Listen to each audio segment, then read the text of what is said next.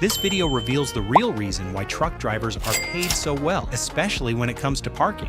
The mission is to fit this massive semi-truck into a designated spot. At first glance, it looks nearly impossible to do without hitting the vehicles beside it, but the key to pulling it off is careful preparation and an incredible amount of patience. Once the truck reaches this position, you can start backing it up to this point, then angle it into this tight gap and slowly reverse it into the open space. Because maneuvering is so limited, they have to keep adjusting their position, making it almost impossible to park in just one smooth move. That's why a driver can spend up to 25 minutes just to complete a single parking job.